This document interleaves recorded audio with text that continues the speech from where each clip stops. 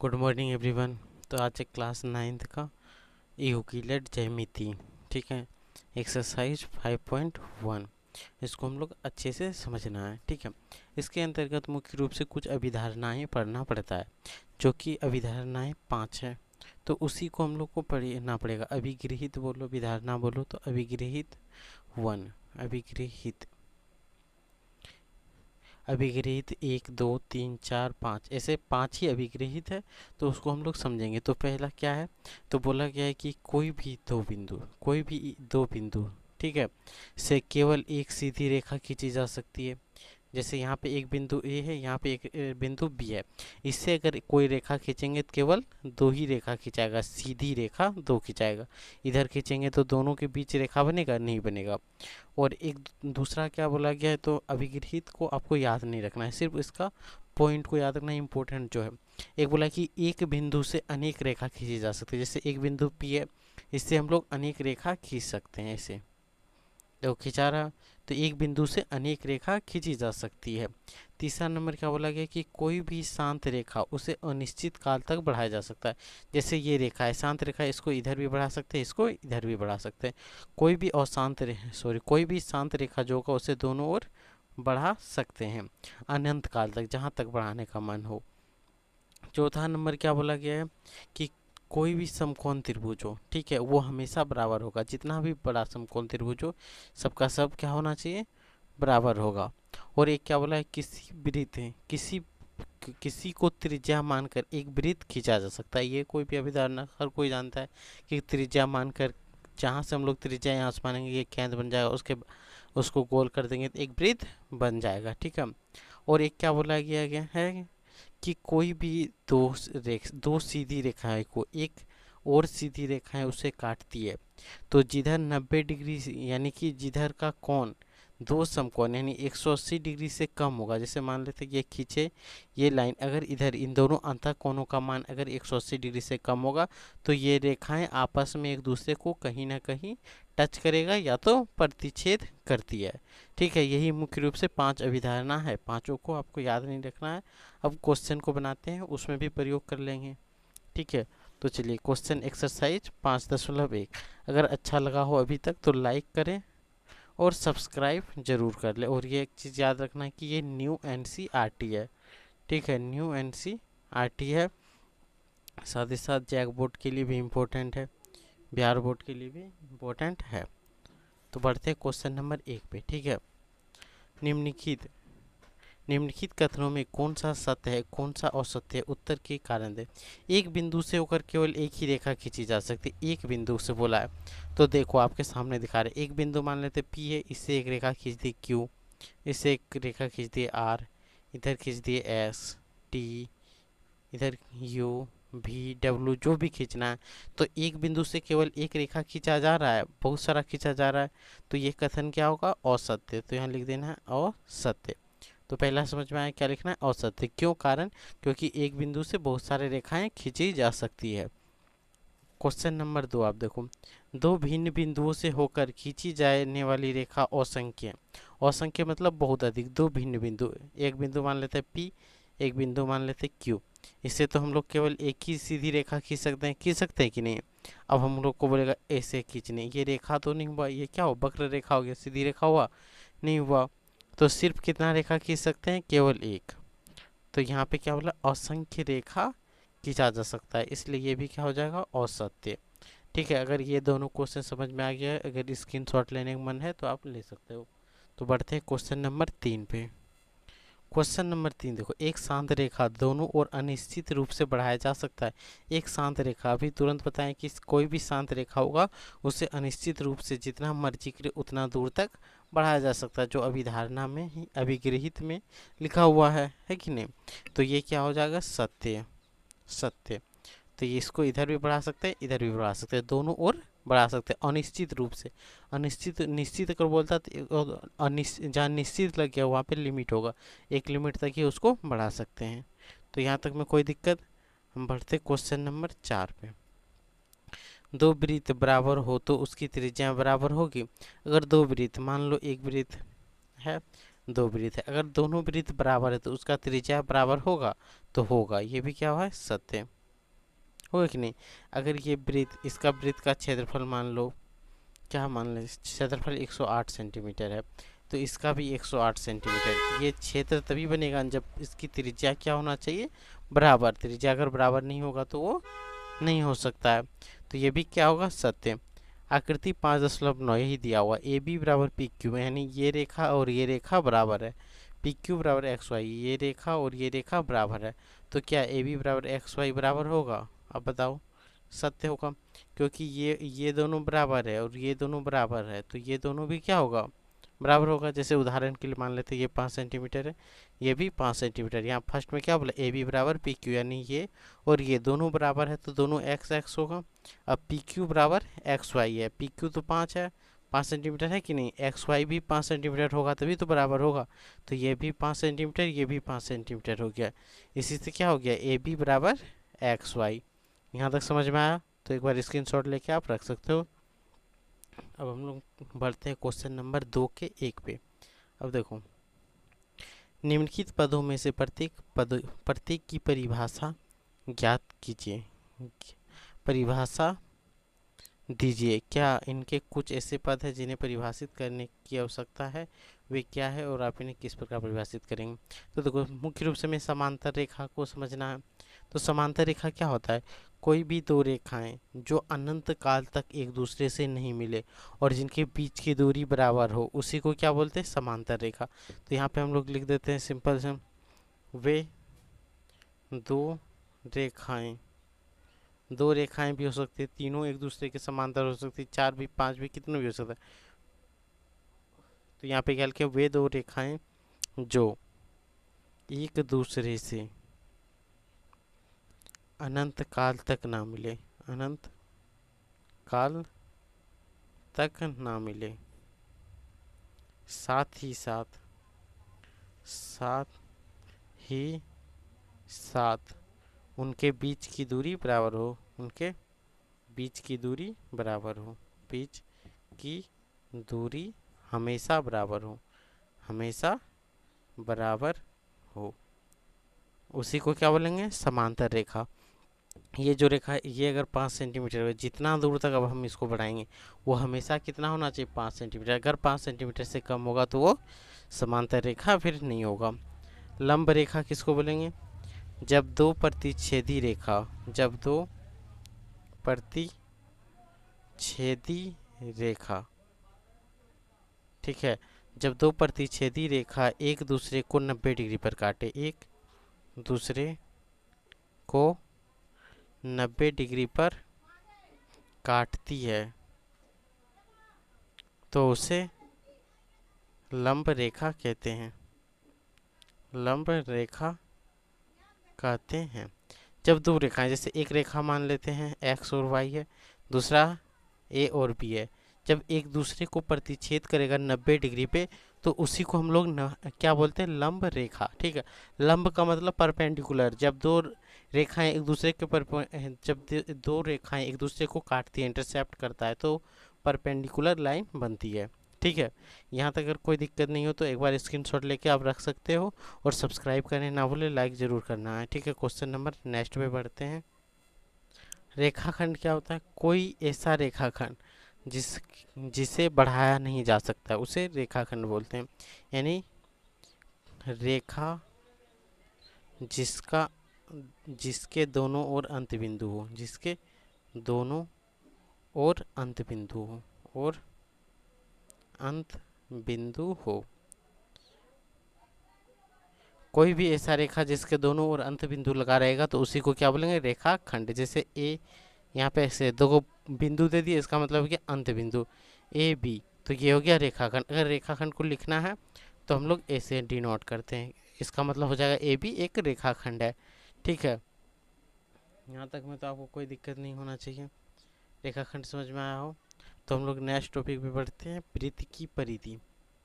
क्या दिया है, वृत्त की परिधि। तो वृत्त की परिधि किसको बोलते हैं, वृत्त की चारों ओर की घेरा को वृत्त की परिधि बोलते हैं। ठीक है, वृत्त की चारों ओर की घेरा, चारों ओर की घेरा को, वृत्त की चारों ओर की घेरा को वृत्त की परिधि कहते हैं। इतना तो आप लिख सकते हो, परिधि कहते हैं। ठीक है। क्वेश्चन में शायद त्रिज्या भी, पुराना किताब में त्रिज्या दिया था, तो क्वेश्चन में कभी त्रिज्या रहे तो त्रिज्या को क्या लिखेंगे कि केंद्र से परिधि तक के दूरी को, किसी वृत्त की केंद्र से परिधि तक के बीच की दूरी को क्या बोलेंगे, त्रिज्या। ठीक है, वो भी लिख सकते हैं। वर्ग क्या किसको बोलेंगे, वैसा चतुर्भुज, वैसा चतुर्भुज जिसकी सभी भुजाएं बराबर हो, जिसकी सभी भुजाएं बराबर हो तथा प्रत्येक कोण 90 डिग्री हो, प्रत्येक कोण 90 डिग्री हो, 90 डिग्री हो, उसी को हम लोग क्या बोलते हैं, वर्ग। यहाँ तक में कोई दिक्कत है, वर्ग आपको समझ में आया। वैसा चतुर्भुज, वर्ग क्या होता है, एक प्रकार का चतुर्भुज होगा जिसके सभी भुजाएं बराबर होगी। देखो चारों भुजा इसका बराबर होगा और प्रत्येक कोण 90 डिग्री होगा, तो उसी को हम लोग क्या बोलते हैं, वर्ग। ठीक है, वर्ग तक समझ में आ गया। तो क्वेश्चन नंबर 3 पे बढ़ते हैं। देखो क्वेश्चन नंबर 3 एकदम आसान है। नीचे दी गई अभिधारणा पर विचार कीजिए। दो बिंदु ए बी दिए रहने पर, दो बिंदु ए बी, चलिए ए और बी यहाँ पे है, का एक तीसरा बिंदु सी विद्यमान है। ठीक है, जो ए और बी के बीच स्थित है। हो सकता है कि नहीं, कोई भी दो रेखाएं ए और डी मान लेते, दो रेखा हैं, दो बिंदु है, उसके बीच में एक वो मध्य बिंदु होगा कि नहीं, तो ये ऐसे ही लिख देना। यहाँ कम से कम ऐसे 3 बिंदु विद्यमान हो है कि वे रेखा पर स्थित नहीं हो, ऐसा 3 को बिंदु। अब देखो यहाँ एक बिंदु हो गया, अब तो यही मध्य बिंदु, इससे थोड़ा इधर बढ़ाएंगे तो क्या बन जाएगा, इससे कम हो जाएगा, इससे ज़्यादा हो जाएगा, मध्य बिंदु बनेगा। थोड़ा सा इधर करेंगे तो ये वाला भाग कम हो जाएगा, ये ज़्यादा हो जाएगा, तो मध्य बिंदु बनेगा नहीं, नहीं बनेगा। तो यहाँ पे डायरेक्ट इसका आंसर क्या लिख देना है, नहीं। और सत्य याद लिख देना है कि किसी भी रेखा के बीच एक से अधिक मध्य बिंदु नहीं हो सकता है, एक से अधिक मध्य बिंदु नहीं हो सकता है, मध्य बिंदु नहीं हो सकता। भले संपाती बिंदु बोल सकते हैं, हो सकता है। ये संपाती का मतलब जैसे सी पे ही एक बिंदु डी है, तो यहाँ संपाती हो गया, तो संपाती बिंदु हो जाएगा, लेकिन मध्य बिंदु नहीं होगा। ये क्वेश्चन यहाँ तक अगर कंप्लीट हो गया हो तो लाइक और सब्सक्राइब करें। अब बढ़ते हैं क्वेश्चन नंबर नेक्स्ट में। क्वेश्चन नंबर 4 आप देखो, यदि दो बिंदु ए और बी के बीच, यदि दो बिंदु है ए और बी के बीच बिंदु सी स्थित है तो ए सी बराबर बी सी है, तो सिद्ध कीजिए कि ए सी बराबर हाफ ए बी। एक आकृति खींच कर दिखाएं। तो देखो आकृति इधर बना ले, ए और बी, इसके बीच में एक बिंदु क्या है, सी। तो यहाँ पे देखो दिया है, क्या दिया हुआ है वो लिख लेते हैं, ए सी बराबर बी सी। सिद्ध करना है, क्या सिद्ध करना है कि ए सी बराबर 1/2 हाफ ए बी, यही तो सिद्ध करना है। चलिए इसको हल करते हैं। यहाँ पे हम लोग को क्या दिया है, ए सी जो दिया है वही लिख लेते हैं। ए सी बराबर क्या होगा, ए सी बराबर बी सी दिया है, इसलिए हम लोग लिख सकते हैं कि ए बी बराबर ए सी जोड़ बी सी। जब ए सी और बी सी को जोड़ेंगे तो क्या होगा, ए बी हो जाएगा। यहाँ देखो ए सी और बी सी को जोड़ देंगे तो पूरा ए बी बनेगा। अब यहाँ लिख देते हैं ए बी बराबर ए सी प्लस ए सी। क्यों, क्योंकि देखो यहाँ पे ए बी बराबर ए सी है, तो बी सी के जगह पे हम लोग ए सी को बिठा सकते हैं कि नहीं, तो बिठा दिए। ए बी बराबर 2AC ही होगा। अब देखो दो इधर गुना में, तो इधर आके भाग में होता है, आपको पता होना चाहिए कि भाग में हो जाता है। तो AC बराबर 1/2 AB, हमें यही चीज़ प्रूव करना था, यही चीज़ क्या करना था, प्रूव। तो यहीं से प्रूव हो गया। तो ये क्वेश्चन नंबर 4 क्लियर होता है। समझ में आए तो लाइक ज़रूर करना है और सब्सक्राइब भी कर लें, और एक बार स्क्रीनशॉट मार के आप रख लो। क्वेश्चन नंबर 4 आप देखो, सी रेखाखंड ए बी का एक मध्य बिंदु है। ठीक है, क्वेश्चन नंबर 4 में जो है वही दिया हुआ है। ठीक है, ए बी। प्रश्न 4, सी रेखाखंड ए बी का मध्य बिंदु है। ठीक है, मध्य बिंदु है, कहलाता है। सिद्ध कीजिए कि एक रेखाखंड का केवल एक और एक ही मध्य बिंदु होता है। तो देखो सिद्ध करना है कि सिर्फ सी ही मध्य बिंदु होगा, दूसरा मध्य बिंदु नहीं होगा। तो यहाँ पे मान लेते हैं, यहाँ क्या लिखेंगे, चलो यहाँ से लिख देते हैं, माना डी कोई ए बी रेखा का अतिरिक्त मध्य बिंदु है। डी कोई ए बी रेखा का अतिरिक्त मध्य बिंदु है, अतिरिक्त मध्य बिंदु है, मध्य बिंदु है। तो यहाँ पे ये कौन सा रेखा है, डी भी क्या है, एक प्रकार का मध्य बिंदु। मध्य बिंदु होने के कारण हम क्या बोल सकते हैं, ए डी बराबर क्या होगा, बी डी। जबकि यहाँ पे क्या दिया हुआ, और दिया है क्या, ए बी का मध्य बिंदु, ए बी का मध्य बिंदु क्या है, सी, यानी कि ए सी बराबर बी सी। यही तो दिया है कि नहीं। अब यहाँ से हल कर लेते हैं, हल। तो पहले तो सी मध्य बिंदु है, तो यहाँ लिख सकते हैं ए सी बराबर बी सी। समीकरण 1 किससे होगा, तो सी मध्य बिंदु है, मध्य बिंदु है। ठीक है, दूसरा ले लेते हैं। अब यहाँ पे क्या लिखेंगे, ए डी बराबर बी डी। समीकरण 2 किससे, माना है डी मध्य बिंदु है, मध्य बिंदु है। डी को तो मध्य बिंदु माने, तो समीकरण 2 हो गया, हुआ कि नहीं। अब समीकरण 1 और समीकरण 2 को घटा देते हैं। समीकरण 1 तथा 2 को घटाने से ही पता चलेगा कि मध्य बिंदु है कि नहीं है, घटाने पर। अब देखो ए सी प्लस ए डी, ठीक है, बराबर बी सी। यहाँ पे क्या लिखेंगे, माइनस, देखो यहाँ पे सॉरी ए सी बराबर बी सी है कि नहीं। तो यहाँ पे हम लोग क्या लिखेंगे, ए सी माइनस ए डी, और इधर क्या लिखेंगे, बी सी माइनस बी सी।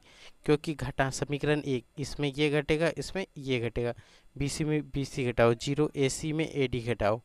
ठीक है, ए सी आप देखो कहाँ है, ए सी, उसमें ए डी घटाएंगे तो डी सी आएगा।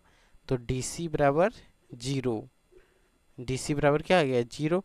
अतः हमें क्या पता चलता है, अतः डी सी बराबर 0। तो केवल एक मध्य बिंदु हो सकता है, मध्य बिंदु हो सकता है।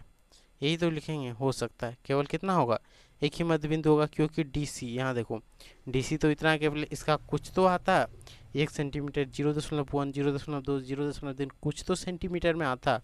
0 आने का मतलब क्या होगा, दोनों एक साथ ही है, यानी ये तभी संभव होगा जब डी और सी संपाती हो। अतः यहाँ लिख सकते हैं डी तथा सी संपाती होने पर, संपाती हो सकता है, संपाती हो सकता है, मतलब एक ही बिंदु पर होगा। क्योंकि 0 आने का मतलब क्या हो गया, डी सी का वैल्यू 0 है, जहाँ डी है वहाँ सी है। तो ये क्लियर हो गया हो। तो क्वेश्चन नंबर हम लोग नेक्स्ट पे बढ़ते हैं। क्वेश्चन नंबर 7 यहाँ पे देखिए, क्वेश्चन नंबर 6 यहाँ पे है। तो सबसे पहले हम लोग क्वेश्चन नंबर 6 को सॉल्व करते हैं, फिर हम लोग 7 पे जाएंगे। तो क्वेश्चन नंबर 6 देखो, आकृति में, ठीक है, आकृति में 5.10 में यही है, यदि ए सी बराबर बी डी है, ए सी बराबर बी डी है, तो सिद्ध कीजिए कि ए बी बराबर सी डी होगा, यानी ए बी बराबर सी डी यही होगा। तो सबसे पहले हम लोग लिखेंगे कि दिया है, क्या क्या दिया है, तो ए सी बराबर बी डी, और सिद्ध करना है, सिद्ध करना क्या है, ए बी बराबर सी डी, ये बराबर ये सिद्ध करना है। तो चलिए यहाँ से हल लिखेंगे। तो देखो जो दिया है हम लोग पहले वही लिखेंगे कि चलो ए सी बराबर सी डी दिया है कि नहीं।